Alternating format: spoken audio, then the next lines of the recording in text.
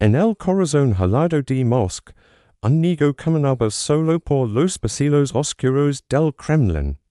Era Iván. Huérfano y rodeado por la sombra de boyados hambrientos de poder. Su infancia no fue de jugos, sino de supervivencia, aprendiendo a desconfiar de cada susurro y cada mirada. Pero en la soledad de los bodegas, a la luz de una vela, un rey disputaba, devoraba mapas antiguos y libros prohibidos, follando en secreto la mente que cambiaría Rusia para siempre. Un día, el niño se convirtió en hombre. Con voz firme, dio una orden a sus arqueros. Los boyados que lo habían atormentado fueron arrastrados por la nieve. Un primer y brutal acto de poder. Pronto la corona de Mónaco descansaba sobre su cabeza. Naciendo el primer zar, encontró el amor con Anastasia, un breve verano de ternura en un invierno de intrigas. Pero la enfermedad y la paranoia envenenaron su alma. Cuando ella murió, la luz se apagó para siempre. Ante su autor, nació Iván el Terrible. Esa noche, los guardias oyeron algo extraño procedente de sus habitaciones. No eran rezos, eran oídos. A partir de ahí, Mosc se convirtió en un teatro de crueldad. Iván crió la prignina. 1000 hombres juramentados directamente a él, vestidos de negro, montando caballos negros, levando escobas y cabezas de perro atadas a la silla, la escoba para barrar la traición, la cabeza de perro para morder a los enemigos del zar. Los oprichniky no respondían ante nadie, no seguían lies, no respetaban tumbas. Novgorod, la segunda ciudad del reino, sospechosa de querer pacto con Polonia, recibió la visita de Iván en 1570. Durante 5 semanas, sus hombres violaron, quemaron y asesinaron. El río Volga arrastró cadáveres durante meses. Los pescadores dejaron de faena. Los cronistas estiman 15,000 muertos. Novgorod nunca volvió a ser la misma. Pero mientras su ejército sembraba, el terra en el norte, en el sur y en el este algo se movía. Algo que Iván, entre juicios y ejecuciones, nunca deja de vigilar. El mapa amarillento de su abuelo seguía colgado en su biblioteca privada. Tartaria, los descendientes de Gengis. El último Imperio Mongol que aún respiraba, dividido entre kanatos, Kazán, Astrakhan, Siberia. Durante ecos, Iván había contenido a sus generales. Todavía no, dice. Primero que se fuerte a Rusia, pero tras la muerte de Anastasia, tras la traición de los boyados, tras el baño de sangre de Novgorod, Iván ya no tenía nada que contener. Ya soy fuerte, dijo una noche, mirando el mapa a la luz de una vela. Ahora toca demostrarlo. Llama a sus estrategas. Pidia informes sobre los kanatos. Cuántos soldados, cuántas murallas. Cuántos días de navegación por el Volga. Que comían en que creían, que temían. Los informes tardaron meses en liga. Pero llegaron. Y lo que contaban era casi una invitación. Kazán, el más poderoso de los dos, estaba dividido. Nobles que querían paz con Mosc enfrentados a guerreros, que soñaban con recuperar las antiguas rutas de saqueo, comerciantes persas que traían seda a cambio de pieles, ulemas que debatían si era pecado usar cones fabricados por infieles. El kanato tenía oro, tenía trigo, tenía alianzas con el conde Crimea y el sultán otomano, pero tenía un defecto mortal. Sus guerreros ya no dormían con el arco bajo la almohada. Ahora dormían sobre colchones de plumas en cosas de piedra, con las paredes decoradas de azulejos azules. Habían olvidado que el imperio de Gengis no se construyó con azulejos, se construyó con sangre de cabala y huesos de enemigos. Iván sonrió por primera vez en meses. Entonces, dijo, enrolando el mapa, vamos a recordárselo. Faltaban dos egos para la primera compoca. Dos egos en los que Ivan fingiosa otro. Recibió embajadores tardados con sonrisas white banquets. Firmo tratados comerciales que favorecen los mercaderes de Kazán. Prometio respeta sus mezquitas, sus lies, su can, mientras, en secreto, los hostieros de Nizhny Novgorod trabajaban sin descanso. Barcos plenos, de fondo liso, capaces de navegar por los rápidos, del Volga. Cacones de bronce, fundados por artesanos alemanes trados con engaños, picos, palas, hackers. Herramientas de zapador, no de guerrero. Ivan sabía algo que los canes habían olvidado. Los ciudades no se rinden por los flechas. Los ciudades se rinden por el hambre. Cuando en la primavera de 1550 el ejército ruso se puso en marcha, los fijes de Kazán vieron una nube de polvo en el horizonte. Pensaron que era una tormenta de arena. Luego pensaron que era una caravana de comerciantes. Cuando entendieron lo que era, ya era demasiado tarde. 150,000 hombres rodaban sus murallas. 300 piezas de artillería apuntaban a sus puertas. Y en una colina, un caballo blanco, un hombre de bárbara guisa observaba en silencio. Ivan no llevaba armadura de combate. Llevaba túnica de ceremonia, brocados bizantinos, la corona de los zes sobre la cabeza. No había venido a loca. Había venido a barrar. En la tienda de compoca. Horizontes del primer disparo. Ivan pidió papel white pluma. Escribió una carta breve, sin celos, sin títulos, sin la retórica florida que tanto le gustaba emplear con los embajadores europeos. Solo 5 palabras. Astras que termina lo que Gengis empieza. Astras dobló el papel. Logado en un cofre de madera de cipas, junto al mapa amarillento de su abuelo, junto al broche de plata de Anastasia, junto a todas las cosas que ya no le servían pero tampoco podía tirar. Luego salió de la tienda. Afuera, sus hombres incendian los mechas de los cacones. El cielo del Volga, aquella tarde, tenía el color del hierro al rojo vivo. Los muros de Kazán tenían 4 metros de ancho y estaban hechos de roble siberiano. Los constructores habían clavado cada tronco a 20 centímetros de profundidad en la tierra. Helada.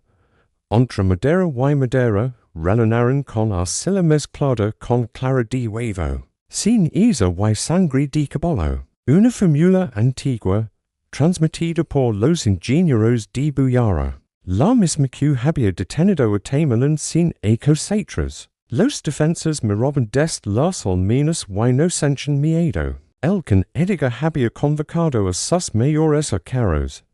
Eran hombres del Caspio, criados en barcazos, capaces de hacer un gavilán a 100 metros con el barco meciéndose. Colocaron sus aljobas junto a los troneros y esperaron que vengan de Joano, escupiendo al vacío. El Volga se tragara sus huesos. No sabía que el Volga, es mismo Volga que los tártaros veneraban como un dios de aguas verde, estaba a punto de traicionarlos. El primer disparo ruso no alcanzó la muralla. El coquín, mal calibrado, lanzó la bola contra una mezquita de madera en los afueras. La cúpula azul se partió en dos. Los fieles que rezaban dentro murieron sin tiempo de gritar. Ivan, desde su colina, torció el gesto. Ejestad la pólvora ordinó. No quiero ra otra vez. Los artilleros alemanes sudaban bajo el sol de agosto.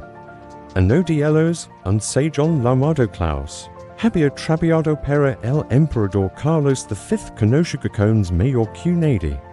Calculó la distancia. El viento la humedad. Susura una oración luterana, aunque estaba prohibido. El segundo disparo impactó de lleno en la puerta de la atalaya. La madera crujió pero no cedía. Dentro de la ciudad, Los muchos recogían a los niños y los mechan en los sotanos. Los comerciantes eran sus puestos. Los mulas lomaron a la oración en un tono que nadie había escuchado antes. No era canto, era lamento. El can edigo monta su cabolo arabe y recorrió los calles. No abre los puertas, gritaba, no importa lo que ve, no importa lo que oiga. Los puertas se quedan cerradas. Era un hombre joven pero sacan, apenas 30 ecos. Había heredado el trono de Sucho, que murió envenenado por una concubina. Los nobles lo consideraban débil por preferir los libros a la cosa. Pero esa macana, con el humo de los cacones colando entre las rondillas, nadie dudó de su autoridad, o de nutrir las reservas de agua, o de no racionar el trigo, o de no que los herreros fundieran todas las joyas de palacio para fabricar balas. Codependiente, codepulsera, dijo, será un agujero en el pecho de un ruso. Los muchos entregaron sus ajorcas de plata, sus colas de cornalina, sus sortillas nupciales. Una anciana ofreció un diente de oro que había guardado durante 40 ecos, desde que su marido murió en la ruta de la seda. Es para él, dijo. Pero que sepa que Kazán no se rind. Afuera, los sopadores rusos empezaron a cavar. Ivan no quería asaltar las murallas. Eso significaba escaleras, flechas en la cara, cuerpos apalados. Había leído demasiados libros de Julio César para caer en esa trampa. Quería rodear la ciudad. Corta el río, espera. El hambre es más rápida que la espada, dice sus capitanes. Why más silenciosa? Los capitanes ascension, pero no entendían. Eran hombres de caballo, de sable y sangre caliente. Cavar túneles les parecha trabajo de topo, no de soldado. Ivan no explicaba, Ivan ordenaba. Durante 2 semanas, los sopadores trabajaron en relevos. Hombres de Tver, de Novgorod, de Pskov. Campesinos reclutados a la fuerza que sabían usar la pala mejor que la lanza. Cavaban de noche. A las de linternas ciegas, para que los villas tártaros no vieran la tierra removida. El suelo era duro. Races centenarias, piedras del tamaño de cráneos. Copas de arcilla que se pegaban a las herramientas como con podrida. Pero avanzaban. Un metro al día. 2 metros. 5 metros. Kazán. Dentro de la ciudad, la resistencia celebraba pequeñas victorias. Una salida nocturna, liderada por el príncipe Angol, había logrado incendiar torres de asalto rusas. Los tártaros volvieron con las manos manchadas de resina, y la sangre de 2 enemigos fresca en los dogas.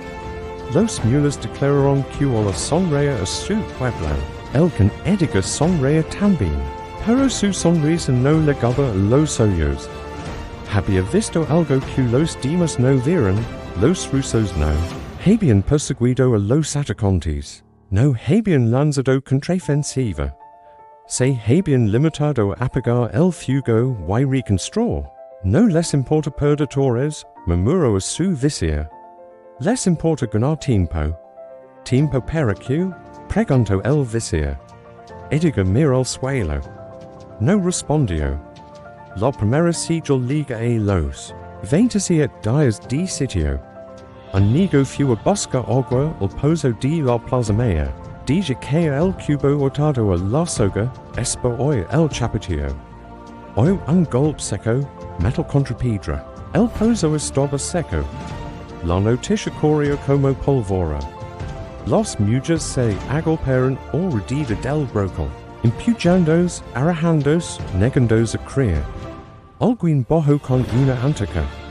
Al fondo, solo borró reseco y gritos. Los ancianos recordaron entonces las lindas. Cuando los primeros bulgaros fundaron Kazán, 800 eligieron este lugar porque el agua brotaba directamente de las entrañas de la tierra, manantiales subterráneos. Venus aquiferas que conectaban con el Volga. Construyeron canals, cellaron filtrations. Crearon un sistema que ninguna sequía había logrado vencer. Pero no habían previsto a los sopadores. Mientras los defensas celebraban sus escaramuzas, abajo. Muy abajo, los rusos habían alcanzado la vina principal. No lo cortaron de inmediato. Primero estudiaron su curso, su prisión, su momento. Luego, con mozas de madera para no hacer ruido, desviaron el curso. El agua de Kazán ya no iba a Kazán, iba hacia el campamento ruso, donde los caballos vivían tranquilos mientras los niños tártaros lamían el rocío de los ojos. Los primeros caballos murieron al cuarto día. No todos, solo los viejos, los enfermos, los que ya arrastraban las patas.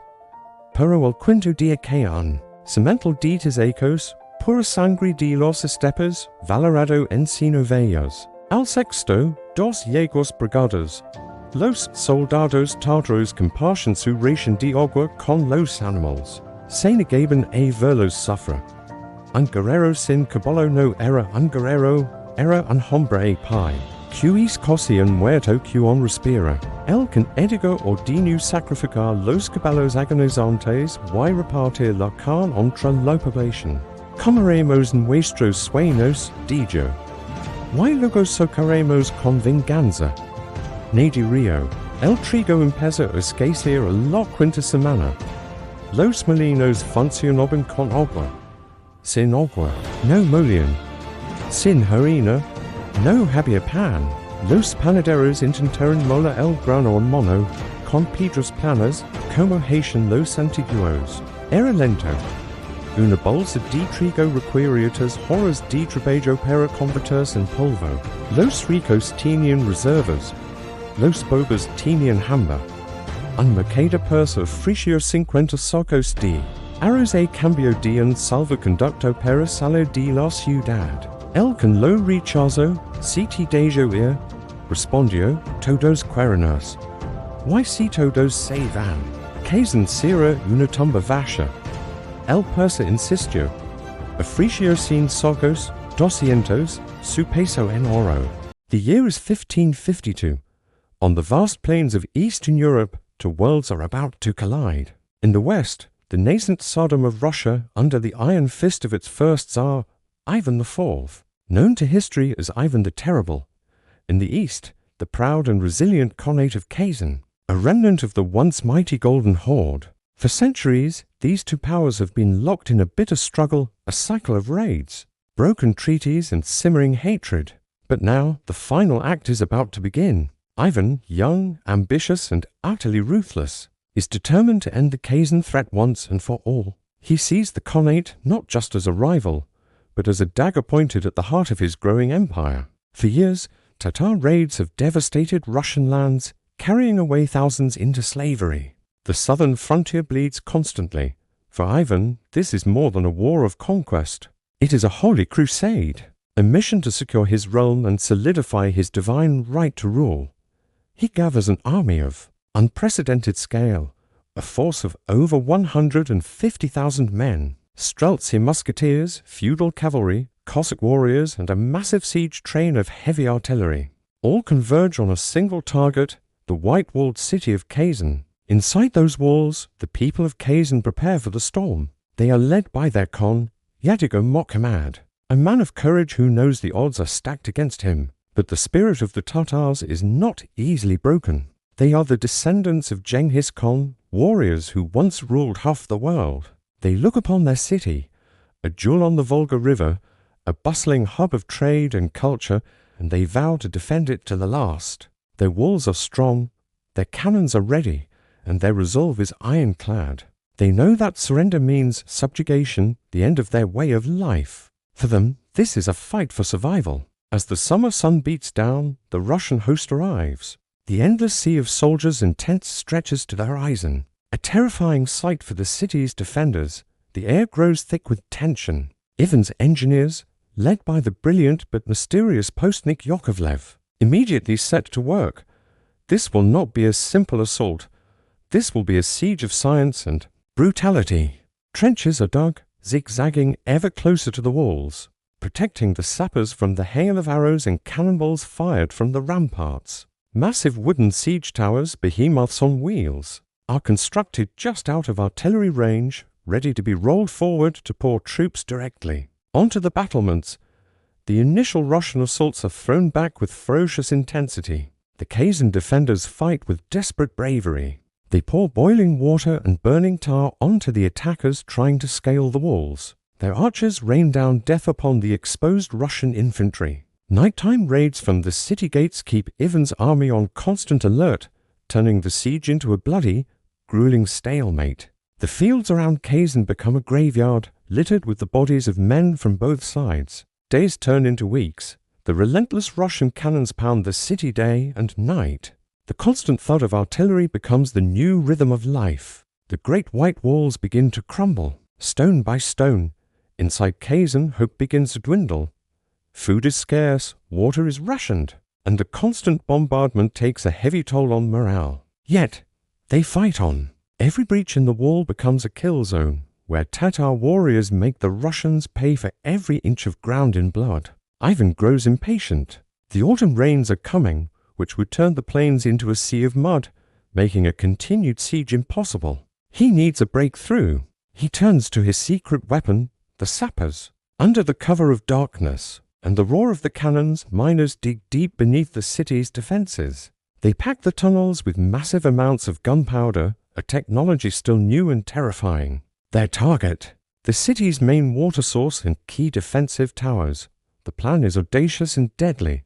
A single spark will decide the fate of Kazan. On the 2nd of October, the fuse is lit. The ground shakes with a series of cataclysmic explosions. The earth itself seems to split open. Towers that had stood for centuries are lifted into the air and disintegrate into dust and rubble. A huge section of the city wall collapses, creating a gaping wound in Kazan's defenses. A deathly silence hangs in the air for a moment, then it is shattered by a single command from Ivan: charge! The Russian army surges forward like a tidal wave, pouring through the breaches. The final, desperate battle begins in the streets of Kazan. It is no longer a siege, it is a slaughter. Musketeers fire point blank into the defenders. The clash of steel echoes through the narrow alleyways. The Streltsy, with their polyaxes, hack their way through the Tatar ranks. Every house, every mosque, every street corner becomes a fortress. The Kazan warriors, men and women alike, fight to the death. They know there will be no mercy. Konyadigam Mohammad is captured amidst the chaos. The city's main mosque, the magnificent Kol Sharif, becomes the scene of a last stand. Its defenders, including its imam, fight until they are overwhelmed. The mosque is put to the torch, its minarets toppling in flame and smoke, a symbolic and devastating end to the Khanate's independence. By nightfall, the battle is over. The city of Kazan is a smouldering ruin. What was once a vibrant center of culture is now a scene of unimaginable devastation. The siege has lasted for 7 long weeks, but in a single day of brutal street fighting, the Khanate of Kazan has been wiped from the map. The fall of Kazan was a pivotal moment in history. It marked the definitive end of the Mongol Tatar yoke over Russia, and the beginning of Russia's expansion to the east, a process that would forge a multi-ethnic empire stretching across Siberia to the Pacific. For Ivan, it was his greatest triumph, the victory that truly earned him the title the Terrible in the eyes of his enemies, and the Great in the eyes of his people. To commemorate this victory, Ivan ordered the construction of a cathedral in the heart of Moscow, a church so beautiful that, according to legend, he had its architect blinded so he could never create anything to rival it. That building is known today as St. Basil's Cathedral, a vibrant, flame-like monument of stone and color. It stands as a permanent, silent testament to the fire and blood of 1552, a memorial to the epic and tragic siege of Kazan. Thank you for watching. If you enjoyed this journey into the past, please like, subscribe, and join us for our next historical deep dive. Los defensores de Kazan abandonaron los murallas para salvar a sus familias. Los soldados rusos vieron el movimiento en las almenas, los centinales que desaparecen. Los anticas que se apagaban. una tras otra. Algunos capitanes quisieron aprovechar el momento y lanza el asalto final. Ivan, dijo que no, todavía no sentenció, que el agua haga su trabajo. El agua lo hizo. Durante tus días, los tártaros vivieron en los tecos. Colgaron hamacas entre los minarets, dormieron sobre las cúpulas de los mezquitas, acudieron a sus bibs en los vigas más altas. El barro lo cubría todo. Los cables se habían convertido en canals. Los caballos muertos flotaban panza arriba, hinchados como odos viejos. El hida era insoportable. Los mules dijeron que era el hora de la derrota. Los guerreros dijeron que era el hora de la traición.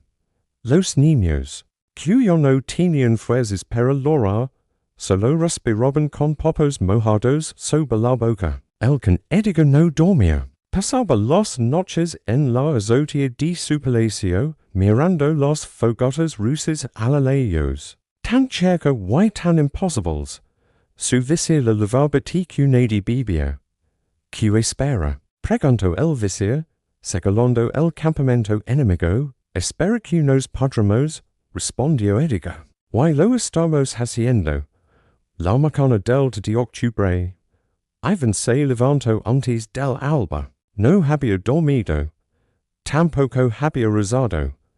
Pasó la noche escribiendo cartas que luego rompió. Mirando el mapa que yo conoce de memoria, acariciando la cruz de plata que colgaba de su cuello. Cuando salía de la tienda, sus oficiales notaron algo diferente. No era su rostro, ni su ropa, ni su forma de caminar. Era el silencio. Ivan no dio órdenes. Ivan no gritó. Ivan no amenaza. Simplemente monta su caballo blanco y se colocó al frente del ejército. Los soldados entendieron. Era el día. No quiero prisioneros varones, dijo al fin, en voz baja pero clara. El Khan, si sobrevive, será llevado ante mí. Los ancianos, los enfermos, los heridos. Haste lo que debay. Hizo una pausa. Ni los murallas de Kazán, ahora silenciosos, como un animal herido que espera el golpe final. Los mujeres y los niños, respetadlos. Pero recorded, no son rusos, son tártaros. No olvidéis nunca la diferencia. Los capitanes ascendieron. Los órdenes estaban dados. La explosión ocurrió a las 7 de la mañana. 30 barriles de pólvora colocados bajo la puerta de la aldea. Los sopadores habían trabajado toda la noche, arrastrando los barriles por el túnel, selando los gritos con arcilla, preparando la marcha. Un hombre de Novgorod, veterano de 1000 obras, fue el encargado de prenderla. Corrió hacia atrás contando los segundos. A los dos la tierra tembló. A los quince, el rugido liga. La puerta no se abría. La puerta voló. Los goznes de hierro follado. Cada uno del tamaño de un hombre. Salieron disparados como balas de cockun. Los troncos de roble siberiano. Aquellos que habían resistido a Tamerlán, se batieron como ramas secas. La piedra, la argamasa, la sangre de caballo que silaba las junturas, todo se convirtió en polvo. Durante 3 segundos, el mundo fue solo ruido, luego el silencio, luego el grito, y por ellos. La caballería rusa entró primero. Iban armados con sables y hachas, algunos con mazas de hierro robados a los palacos. No encontraron resistencia en la puerta. Los defensas habían retrocedido, cegados por la explosión, sordos pero siempre. Detrás de la caballería vinieron los infantes. Hombres de a pie, campesinos que cambiaron el arado por el arcabuz, mercenarios alemanes pegados a peso de plata, casacos del don que peleaban por el botín más que por el zar. Detrás de todos, a caballo, Ivan. No desenvainó la espada. No arengo a sus hombres, solo observo. La calle principal de Kazán se llamaba Ruta de los Mercaderes. Era ancha, impedroda con adequines trados del cocaso, fanqueda por talas de orfebas y tiendas de espeches, ali, los persas vendían azafrán, los armenios seda, los indios marfil, los tártaros, piels de oro y armaduras de cuero havido, esa macana, la kale olie sangre y pólvora, los primeros soldados rusos murieron ali, un grupo de arqueros tártaros, atrincherados en el techo de una mezquita, dispararon desde los alturas, cada flecha encontraba su blanco. Los cascos rusos, fabricados en Moscú, no resistían los panzones de acero de Damasco, pero eran muchos, eran demasiados, los arqueros resistieron media hora, luego se quedaron sin flechas, luego bajaron al suelo con cimitarras desenvenenadas, luego murieron, uno de ellos, un muchacho de apenas 15 años, que sobre un montón de alfombras persas, su sangre tió los motivos de flores y pajaros. Nadie recogió su cuerpo hasta días después. En el barrio de los curtidores, la resistencia fue más feroz. Ali vivían los hombres más pobres de Kazán, los que trabajaban el cuero, los que remendaban botas, los que fabricaban sillas de monta, no tenían armaduras ni espadas de Damasco, tenían cuchillos de desolar, martillos, tenazas, y tenían rabia. Una mujer llamada Fátima organizó la defensa. Tenía 60 años, el pelo blanco y los manos deformados por el reuma. Pero conoce cada colén, cada azotea, cada sotano, guía sus vecinos por las rutas que solo los pobres conocen. Mataron a dos rusos antes de que alguien la delatara. Un niño seguro la ventana don Fátima. Preparaba sus emboscadas. Los soldados entraron y la encontraron sentada en una silla, con un cuchillo de opetero en cada mano. No voy a correr, dijo. Ya estoy muy vieja para eso. La mataron allí mismo. Luego quemaron la casa. Luego siguieron avanzando. La mezquita del sheriff era el último refugio.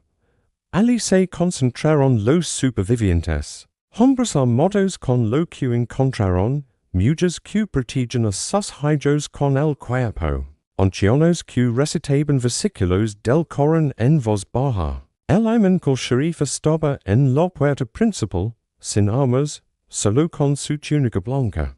Cuando los rusos llegaron, él no se movió. Esta es cosa de Dios, dijo. Aquí no entre. El capitán ruso dudó. Mire sus hombres. Mire la mezquita, los azulejos azules, los minarets que tocaban el cielo. Mire el viejo imán que lo desafiaba con la mirada tranquila. Abrid paso, o di no. Sus hombres no obedecieron. Abrid paso, he dicho. Nadie se movió. Entonces el sheriff dio un paso adelante. Solo uno.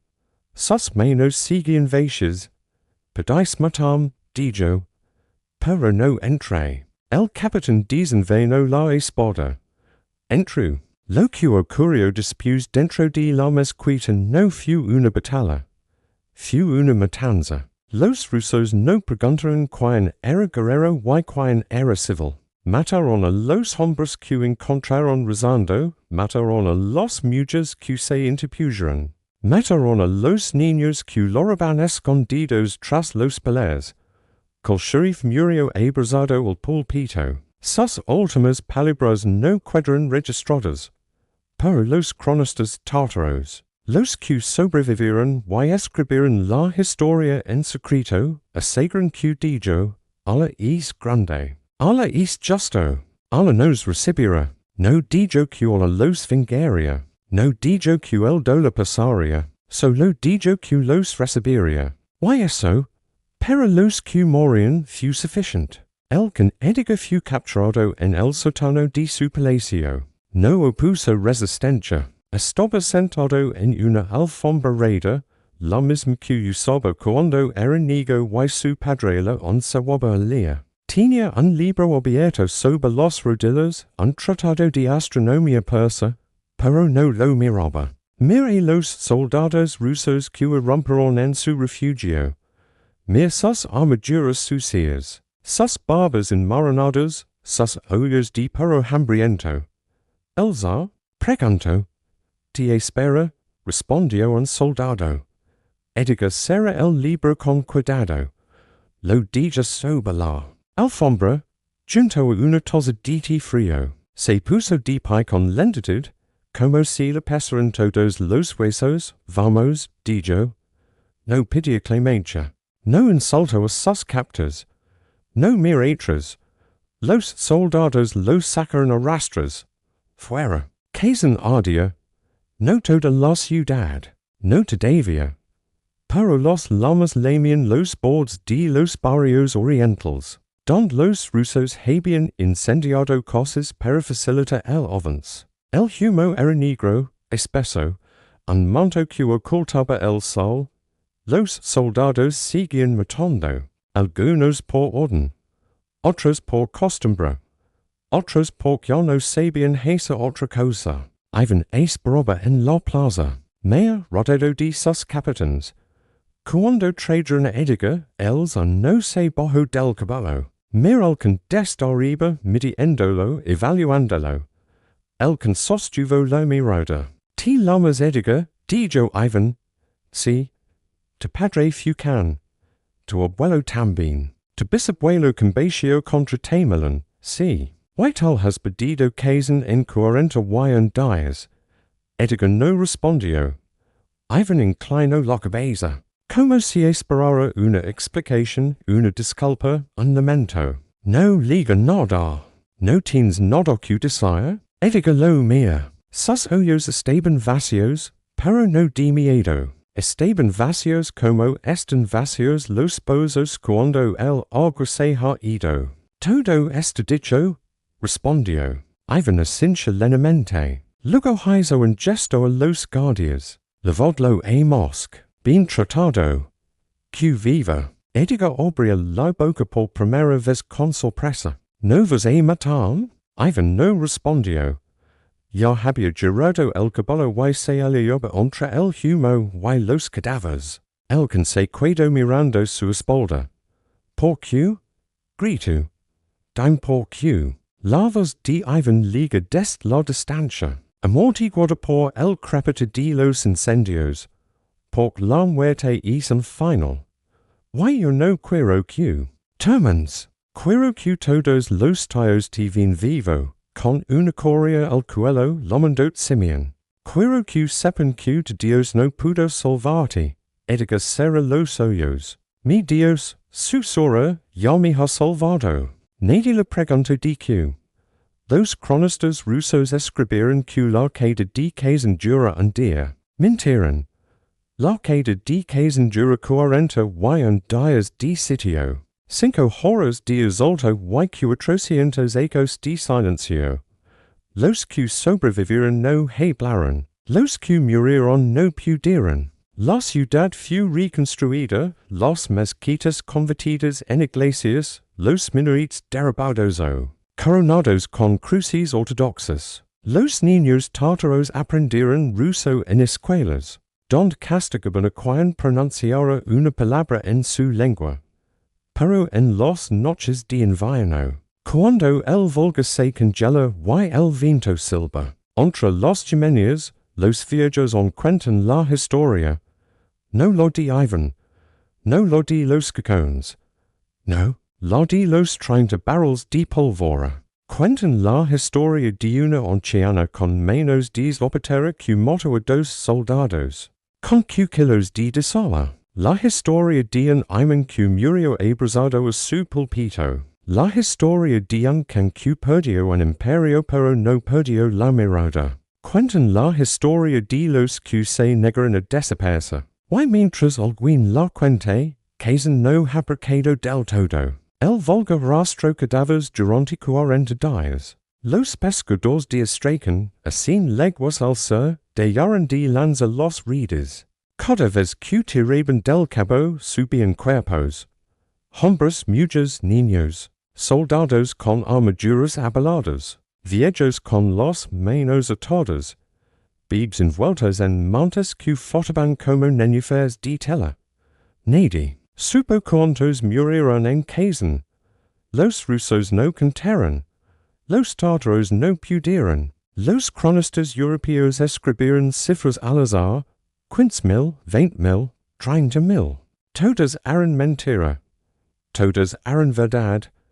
El algo no habla, pero el algo recuerda.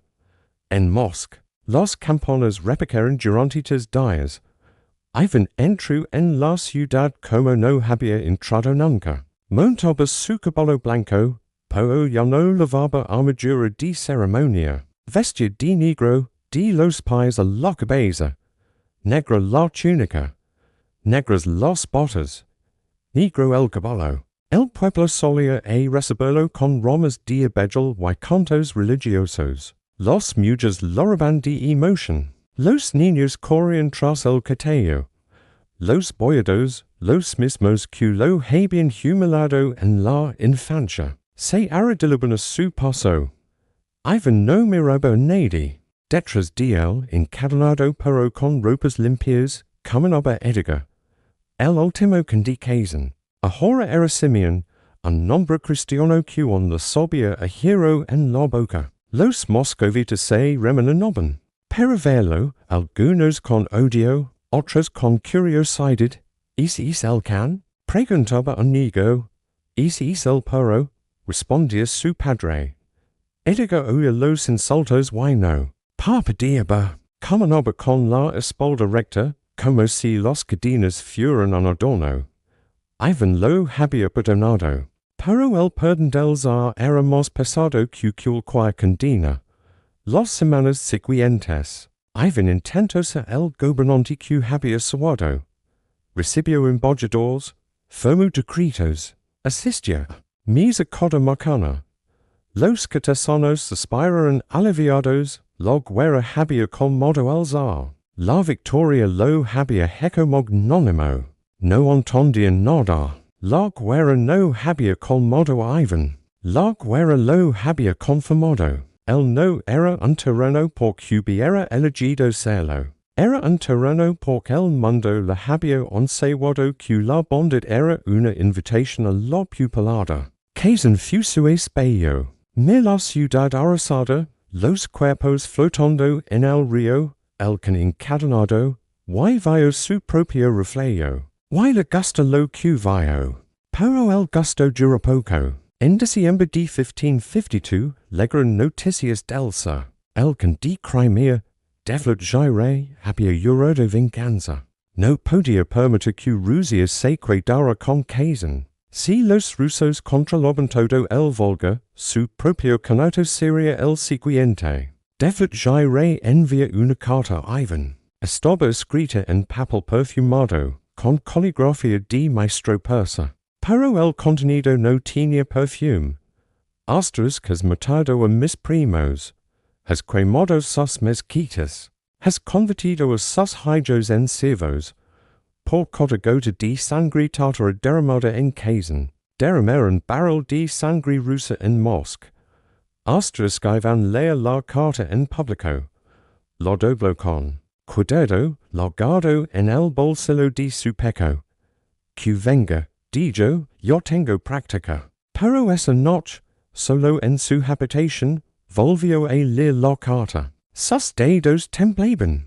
No de miedo de ira. Devlet Jairé no era Edgar. No era un poeta que prefería la derrota hermosa a la victoria fe. Devlet era un lobo de verdad, criado en las estepas, educado en el arte de la guerra nómada. Iván había matado a un imperio que ya olía muerto. Devlet Jairé era un imperio vivo. Los ecos siguientes fueron ecos de ceniza. Iván crió la prignina. 1000 hombres vestidos de negro, con cabezas de perro atadas a la silla y escobas en el arsen. La cabeza de perro para morder a los traidores. La escoba para barrar la maldad. Los oprichniki no respondían ante nadie. No seguían lies. No respetaban tumbas. A no dielos, maluta Skratov, se convirtió en el brazo derecho del zar. Era un hombre pequeño, de hombros caídos huevos de confesor. Podía estrangular a un boyardo con sus propias manos y luego heredarles a rezar el Padre Nuestro. No tengo alma, confeso una vez a Iván, solo tengo diva. Iván lo mir largamente. Eso es el alma, respondió. El diva, maluta, asincha. Nunca volvió a hablar del tema. Novgorod, 1570, la segunda ciudad del reino. Los moscovitas la envidiaban. Los europeos la admiraban. Los novgorodenses la amaban con orgullo de pueblo viejo, más antiguo que Mosc, más cercano a Europa. Y alguien, un delito pagado, susura al oído de Iván que Novgorod quería traicionarlo. No había pruebas, no había cartas, no había testigos. Solo una palabra dicha en la oscuridad, el rumor que crece como hongo venenoso. Iván monta en calera. También tal Novgorod, grito en la catedral. También tal quiz clavaron que kilo, los boyados calaron. Los metropolitanos bajaron la vista. Los oprichnikis sonrieron. El ejército negro se puso en marcha hacia el norte. Novgorod no esperaba el castigo, la ciudad. Había sido leal. Había pagado impuestos. Había enviado soldados. Sus comerciantes vendían pieles a los agentes del zar a precios justos. Sus curas rezaban por Iván en cada mesa. Nada de eso importó. Maluta Skratov entró primero. Detrás de él, los oprichniki despegados en formación de batalla. Detrás de ellos, Iván. Elza no habló. No dio explicaciones. No mostró pruebas. Solo hizo un gesto con la mano. Durante 5 semanas, Novgorod deja de existir. Los soldados bailaron monjas en los conventos. Arrancaron las campanas de las iglesias y los vendieron para hacer. Arrastraron a los comerciantes más ricos a la plaza del mercado y los desnudaron antes de arrojarlos al río. Los cronistas escribieron que el río Volgov se desbordó. No por lluvias, por cuerpos. Una mujer, testigo de la matanza, declara ecos después que los cadáveres flotaban tan apretados que parecía que se podía cruzar el río caminando sobre ellos. Iván observó todo desde el palacio del arzobispo. No comía, no dormía, solo miraba por la ventana, con las manos apoyadas en el alféizar de piedra. ¿Cuántos van? Preguntaba cada tarde. Van 2000, majestad, respondía Maluta. Poco, murmuraba Iván, muy poco. 1000, poco. 5000, poco. Nunca fue sufficient. Nunca había sufficient sangre para calmar las que le quemaba las entrañas destinido. Cuando Iván regresó a Mosc, ya no era el hombre que se había ido. No era el zar victorioso de Kazán. No era el joven enamorado que reía con Anastasia. Era otra cosa. Un juego con forma de persona. Un icono al que se le había barrado el rostro. Los boyados notaron el cambio. Iván ya no asistía a misa. Ya no convocaba el zemsky soba. Ya no recibía embajadores con banquets. Pasaba los días encerrado en su biblioteca, rodeado de libros que no leía. El móvil de Kazán seguía colgado en la pared, pero ahora tenía manchas.vino.sangre, algo que nadie se atrevió a limpiar. Sobre su mesa, junto al broche de plata de Anastasia, había una nueva carta. Devlet Jairé había cumplido su promesa. En 1571, el conde de Crimea liga las puertas de Mosc. No encontró resistencia. Los oprichniki, tan valientes para asesinar civiles, hieren ante la primera carga de caballería tártara. Iván hiere también. Se refugió en un monasterio al norte, dejando su capital a merced del enemigo. Devlet Jairé incendió Mosc. Ardió durante 3 días. las cupulas del Kremlin, aquellas que Ivan había recubierto de oro, se fundieron como velas, los archivos, los iconos, las reliquias de los santos. Todo se convirtió en humo. Los tártaros no tomaron prisioneros, no necesitaban esclavos, necesitaban venganza. Cuando Ivan regresó a su capital arrasada, no lloró, no maldijo, no rezó. Camino entre las ruinas, besando sin isa y huesos calcinados, con el rostro impasible. Mirad, dijo a sus capitanes, esto es lo que ellos hacen. No dijo, esto es lo que yo hice primero. Pero todos lo pensaron. David Jaire no pudo repetir la hazaña. A la consiguiente, los rusos, desesperados, reorganizaron su ejército. Contrataron mercenarios alemanes, construyeron nuevas fortificaciones, aprendieron, por fin, a lucha contra la caballería ligera de las estepas, en la batalla de Melody. 50,000 rusos derrotaron a 120,000 tártaros. David Jaire hired de Jondo tras su estandarte. Su celo personal y 20,000 muertos. Ivan no celebró la victoria. Estaba en Alexandrov, su refugio fortificado al norte. Cuando llegaron las noticias, escuchó el informe de sus generales sin levantar la vista del tablero de ajedrez. Hemos vencido, majestad, dijo el mensajero. Jadint. David Jaire ha huido. Ivan movió una pieza. Why, eso es todo. Majestad, hemos salvado Rusia. Elsa levantó la vista. Sus ojos estaban rojos, inflamados por noches sin sueño. Rusia? Repitió. ¿Qué es Rusia? El mensajero no supo qué responder. Un montón de tierra, respondió el propio Ivan. Con cadáveres de bayo. Volvió a mirar el tablero. Movió otra pieza. Puede el mensajero se fue. Ivan se quedó solo, jugando contra un adversario invisible, moviendo piezas negras y blancas sobre un campo de batalla de madera. Afuera, el invierno traba el paso a todo lo que quisiera entre o salía. En Kazán, los secos pasaron. La ciudad fue reconstruida. Los rusos trajeron arquitectos italianos para levantar iglesias. Donde antes había mezquitas, San Basilio en Mosque. Era el monumento a la caída del kanato.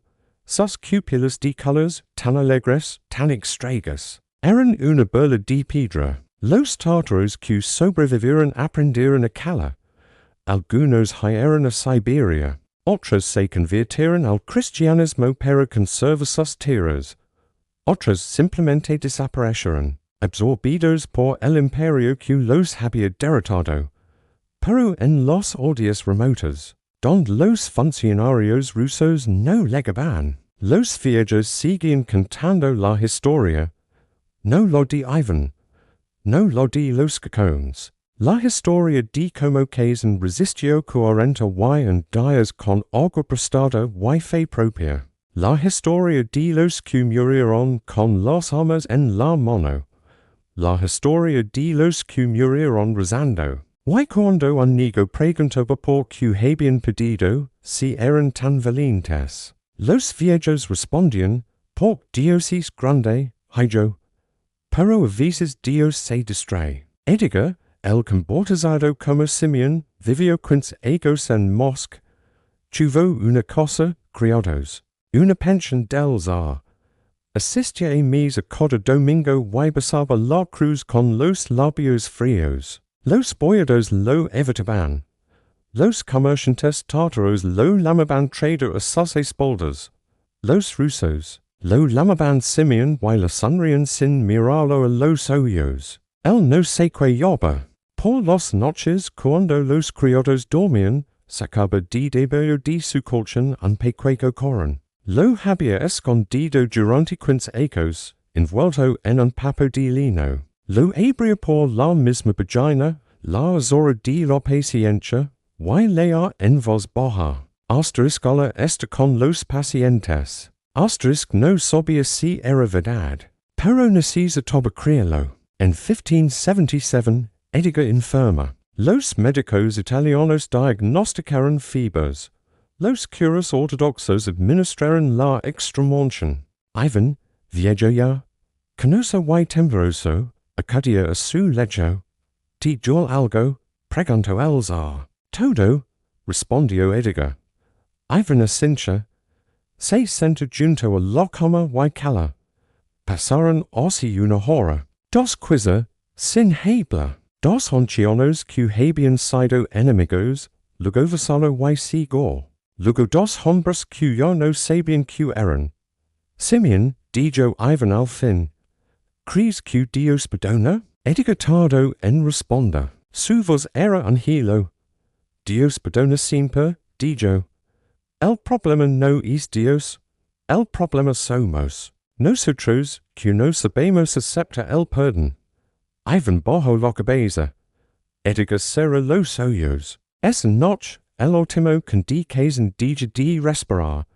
Los criados lo amortillaron con ropas cristianas, como él había pedido.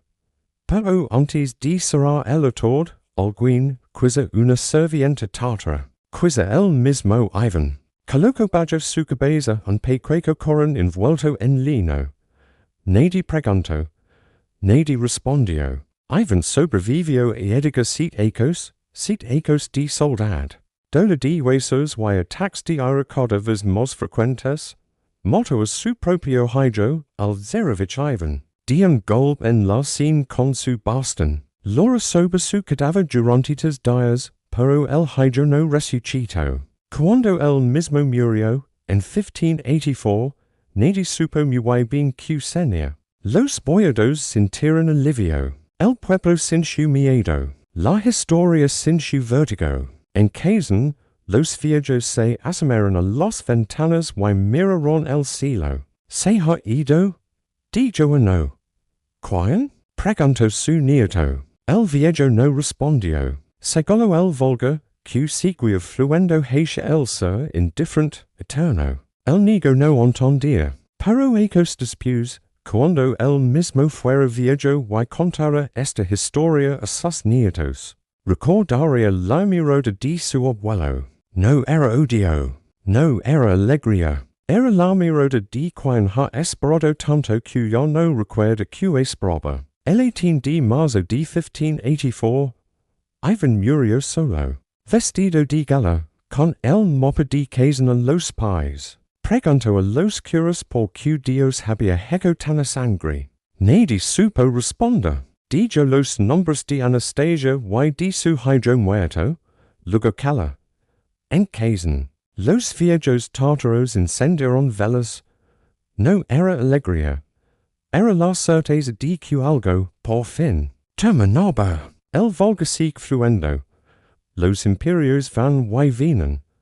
Pero los que mueren nunca olvidan el sabor del agua.